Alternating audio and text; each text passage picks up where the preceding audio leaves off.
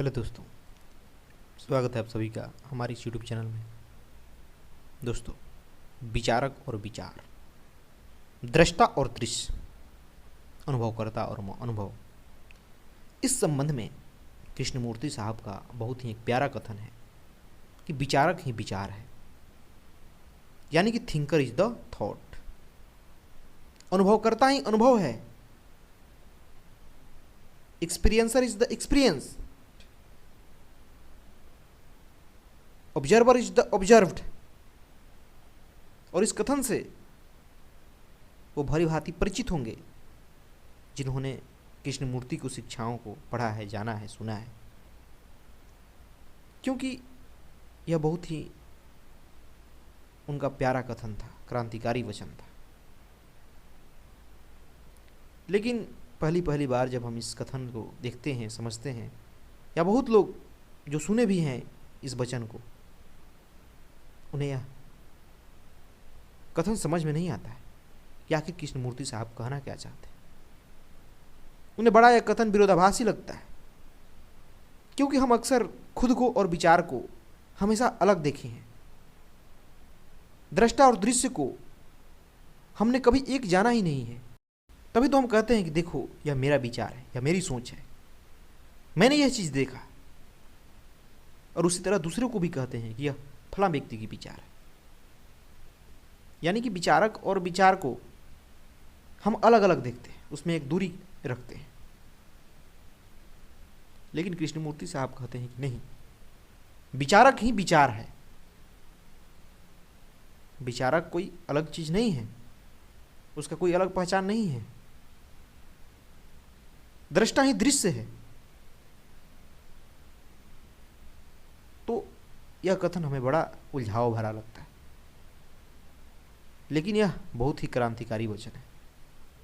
अगर इस कथन को हम समझ जाएं तो हमारे जीवन के बहुत सारे समस्याओं का समाधान हो जाए, हमारे जीवन में द्वंद्व खत्म हो जाए, हमारे जीवन में मानसिक उलझन खत्म हो जाए,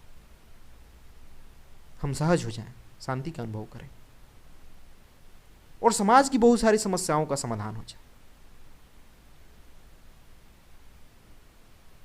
तो चलिए इस कथन को समझने की कोशिश करते हैं। दोस्तों, जब भी आपसे कुछ पूछा जाए, आपको अपने बारे में या आपने खुद के बारे में जो भी समझा है, जो भी आपका मैं है, कभी आप गौर से देखा है कि उसकी निर्माण की प्रक्रिया क्या है, वो बना कैसे है? बिल्कुल नहीं। हम आम जीवन में कभी उस पर विचार ही नहीं करते कि आखिर ये जो हमारा मैं है, ये बनता कैसे है। इस मैं से तो हम जीवन भर दुखी रहते हैं, लेकिन हम इसे कभी समझने की कोशिश नहीं करते। हम भले ही अपने पहचान के रूप में अपना नाम बताएं, अपने जाति धर्म बताएं, जो कार्य करते हैं वो बताएं, जो कुछ भी हमने अनुभव किया है वो बताएं,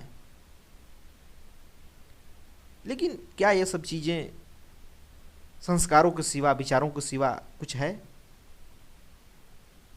अपना नाम हम वही बताते हैं जो कि हमें परिवार द्वारा मिला है।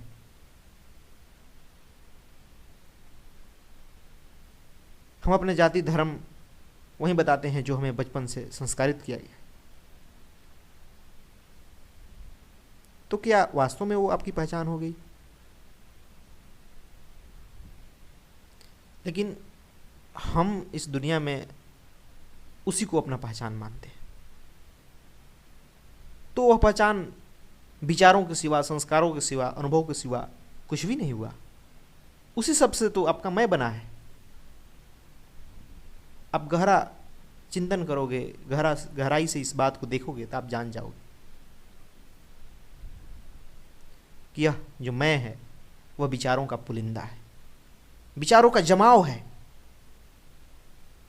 लेकिन परत दर परत जब विचारों को हटाते जाओगे, संस्कार रूपी धूल को जब साफ करते जाओगे, तो पता चलेगा कि मैं नामक कुछ भी नहीं है। लेकिन अभी है आपके पास वो मैं। तो जो भी विचार उठेंगे वो वहीं से उठेंगे। ऐसा हो ही नहीं सकता जिस चीज को आपने देखा ना हो, जाना ना हो, सुना ना हो, वो आपके विचार में आ जाए। ऐसा बिल्कुल नहीं हो सकता है, क्योंकि विचार आते कहां से हैं? आपसे। आप क्या हो? मैं बना किससे है? विचारों से, संस्कारों से, अनुभवों से। तो वो विचार अलग कैसे हुआ? वही तो आप हो। लेकिन हम उलझ जाते हैं इस बात को लेके।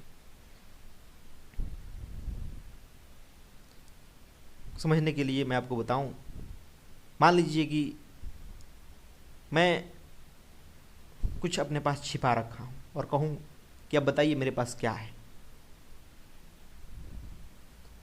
और आप क्या अनुमान लगाओगे? वही सब चीजें जो कि आपने देखा है, सुना है, जाना है। आपके माइंड में वही सब चीजें आएंगी जिससे कि आपने अतीत में, पास्ट में आप उससे संबंधित हुए हो, देखा है, किसी ने बताया उसके बारे में। क्या ऐसी चीजें के बारे में आप ख्याल कर सकते हैं जो कि आपने कभी देखा ही ना हो? ऐसा हो ही नहीं सकता है। और जैसे ही मैं कोई चीज आपको दिखाऊं जो आपकी पहचान की हो, वैसे ही आप उससे संबंधित गुण धर्म के बारे में ख्याल आएगा, आपको, आपके दिमाग में विचार आएंगे। अगर मैं मोबाइल दिखा दूं तो आपको तुरंत मोबाइल से संबंधित वो सारे विचार आएंगे जो कि आपने अतीत में, जो कि आपने व्यवहार में उसके बारे में समझा है, कैसे इसका उपयोग होता है, क्या इसका काम है, क्या क्या इससे हो सकता है, यही सब तो आएंगे। उसी प्रकार हमारे दिमाग में किसी व्यक्ति का विचार आता है तो क्या वो यूं ही आ जाता है? बिल्कुल नहीं। उसके बारे में आप में है, इसीलिए वो विचार आता है। मान लीजिए कि मेरे भीतर लालच उपजा, तो क्या लालच और मैं अलग अलग हैं? जैसा कि हम समझते हैं, हम सोचते हैं कि लालच एक विचार है और फिर हम उसे दबाने की कोशिश करते हैं कि क्योंकि हम पढ़ रखे होते हैं, सुन रखे होते हैं कि लालच बुरी बात है, लालच नहीं करनी चाहिए, और हम सोचते हैं कि हम उसे दबा देंगे, खत्म कर देंगे। और किसके माध्यम से? विचारक के माध्यम से, यानी अपने मैं से। लेकिन हम कभी ये सोच ही नहीं पाते कि हम ही लालच हैं। लालच हमसे बिल्कुल अलग नहीं है, वो मात्र विचार भर नहीं है, उसी से हमारा निर्माण ही हुआ है, वो हमारे आइडेंटिटी में है। जो भी हमने समाज में दूसरे लोगों को देखा है लालची होते हुए, पैसों के पीछे भागते हुए, पद के पीछे भागते हुए, सुख सुविधाओं के पीछे भागते हुए, उसी से तो आपका निर्माण हुआ है, उसी से तो आपका मैं बना है। इसीलिए हम अपने जीवन से लालच को निकाल नहीं पाते, क्योंकि हम लालच को अलग करके देखते हैं, हम खुद में उसे देखते ही नहीं। और दुनिया की जो भी समस्याएं हैं इसी कारण मौजूद है, क्योंकि हम उसे अलग करके देखते हैं। और जो संस्कारों द्वारा मैं बना हुआ है, जो विचारों से मैं बना हुआ है, उसी से उसका नष्ट करने की कोशिश करते हैं। तो क्या विचारों से ही विचार को नष्ट किया जा सकता है? जिसका जन्मदाता ही विचार है? बिल्कुल नहीं। इसलिए हम एक समस्या को दूर नहीं करते कि दूसरी समस्या में घिर जाते हैं, क्योंकि हमारा मैं हमेशा एक सीमित दायरे में ही सोचता है, क्योंकि उसका निर्माण ही सीमित चीजों से हुआ है। तो कैसे वो उससे बाहर सोच सकता है? और जहां मैं है, जहां यह विचार है, वहां कभी न प्रेम होगा, न शांति होगी, न सहजता होगी, और न समस्याओं का वास्तव में समाधान हो पाएगा। इसलिए इस चीज को समझना जरूरी है कि हम जो कुछ भी कर रहे हैं, अगर वो विचारों से ही कर रहे हैं, अपने मैं से ही कर रहे हैं, तो उसका कोई समाधान नहीं हो सकता है। लेकिन हम यहीं आके फंस जाते हैं, इसी बात को हम समझ नहीं पाते हैं कि हम जो हमारी पहचान है, जो हमने खुद को समझ रखा है, उसका निर्माण विचारों से हुआ है, संस्कारों से हुआ है। इसलिए कृष्णमूर्ति साहब कहते हैं कि विचारक ही विचार है, दृष्टा है, दृश्य है। जो भी आप अनुभव कर रहे हैं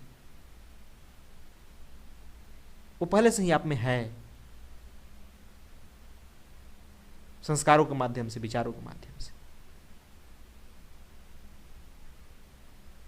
और एक दिन अगर आप उस बिंदु पर पहुंचेंगे तो आपको खुद यह बात समझ में आ जाएगी कि यह बात बिल्कुल सच है।